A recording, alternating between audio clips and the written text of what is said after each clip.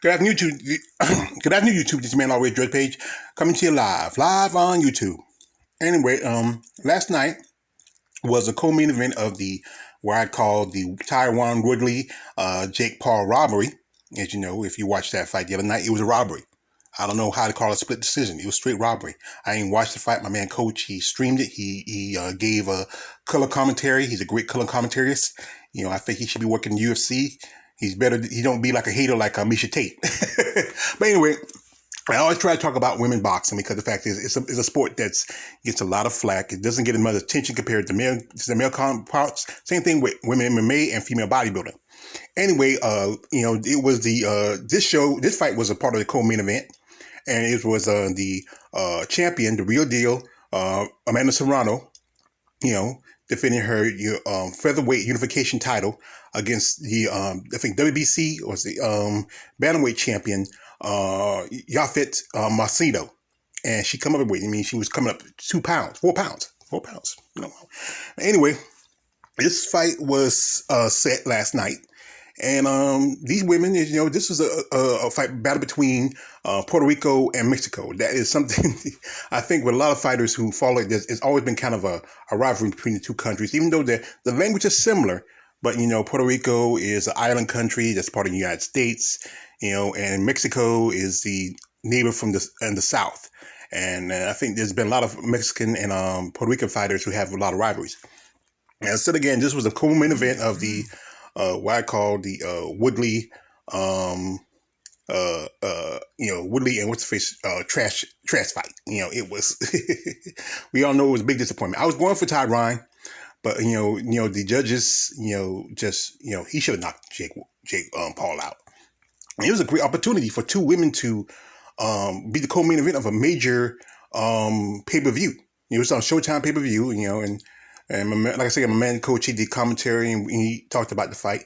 And this was, a great opportunity for both these ladies, And like I said again, Yafet Mercado, she was coming up from bantamweight, she was, like I said again, 4 pounds. Wow. Ooh. And that's almost borderline between the flyweight and strawweight division in MMA, So these ladies, I think, are amazing women. I mean, both, and also very beautiful women. I honestly would say that. Yes, I'm simping, but I'm a fan of Amanda Serrano. She's been doing pretty good the past few this year or so on. I mean, she's 41-1 and 30 knockouts, while Mercado comes in at 18-2. So 18 wins and I think 2 losses. And this was a great opportunity for women to get on a major stage, such as this something between Jake Paul and Taiwan Woodley, Woodley. And this was for Amanda's featherweight unification title, and she won this title a while back, and this is an opportunity for her to defend it. And Amanda was really putting on a serious clinic. If you watch the fight, what I do is like this. Most of the time I won't buy the pay-per-views, but all you got to do is just go on YouTube, put in search, and then you'll find the fight. And that's what I did after Coach did his commentary on the fight last night. And, what I've seen with Amanda Serrano, she attacks the body. She attacks the head and the body. Too many fighters want to go for the body. She attacks the head and the body. And most of the time, she kept Mercedo backing up most of the fight, even got on the ropes a few times. And this is a bit I keep saying, women need that extra minute. I don't know, the problem is because boxing is an old boys club, and they still don't like women. I mean, and I keep saying that extra minute can make a difference. Women's stamina is just as better than men sometimes, depending on the woman. And Amanda was just dominant throughout the fight, just attacking Mercedo, putting on the ropes. Mercedo most of the time was just grabbing and holding. She had a good couple good shots in now and then, but generally, Amanda was attacking the body, attacking the head, and I'll tell you, body blows do a lot of damage. It takes a lot out of the person because it makes them hard to breathe. And right about, I think, close to the end of the ninth round, because it was a 10-round fight. Or was it 9 rounds or was it 10 rounds? I can't remember. And Mercedo, she had a nasty cut under her left eye, and she was bleeding. And Amanda just attacking the body. I mean, a couple of times she could have took the girl out if she had that extra minute. I'm telling you, she was hitting her with lefts, rights, overhands, everything. I mean, she was throwing the kitchen sink at the girl. And she won, unanimous decision. And she maintained her featherweight women's unification title. So the big question, what's next for Amanda? She is, she does both boxing and MMA. And, she's an impressive fighter. I mean, great body. She kind of reminds me a bit of Valentina Shevchenko. She concentrates a lot on boxing. She concentrates on her sport. She's not too distracted. As she don't have a boyfriend. I'm not surprised she don't. I have a thing about Puerto Rican chicks. Her, J-Lo. Ooh, it just I wouldn't mind dating one. Call me Poppy. And her last fight was against Danielle Bermudez. It was early this year, and Bermudez was coming as a champion. I think it was fighting for that title that Amanda had, and she defeated Bermudez by TKO. She was just attacking the body. And I think it was right about the middle towards close to the 4th or 5th round where they just had to stop it. Danielle Bermudez was done. I mean, those body shots was killing her. I mean, I watched that fight.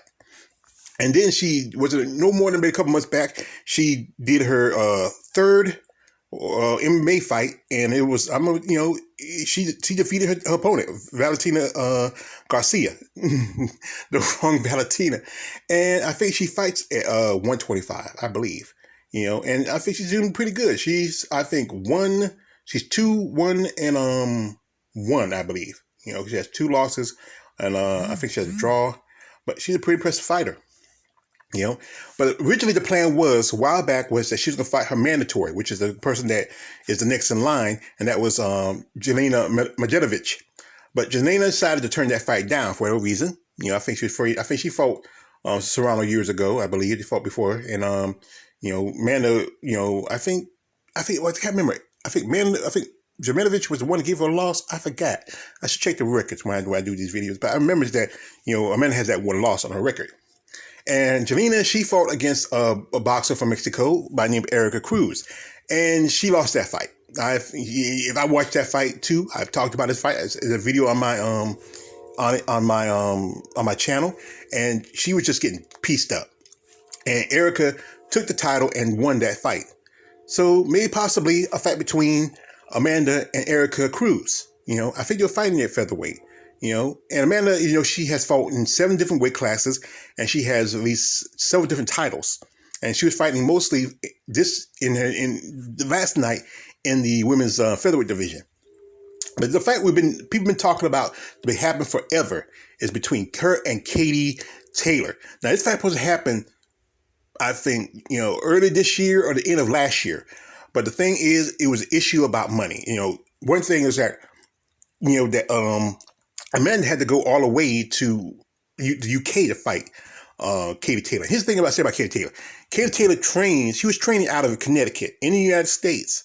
They could have fought here. I don't know if she has a fighting lesson in America. She should. Most fighters, should have fighting license in the most dominant countries where they do a lot of fightings, like mostly America, Mexico, some in the UK. Also, there's some fights over in Asia. They should have a fighting license wherever they go, just in case. And she fought Amanda's sister, Sydney Serrano. She beat Sydney, so why not fight the little sister? It's about time, And like I said, I think Amanda is a great fighter. I mean, I reached out to him, as a comment to her. I follow her on Twitter.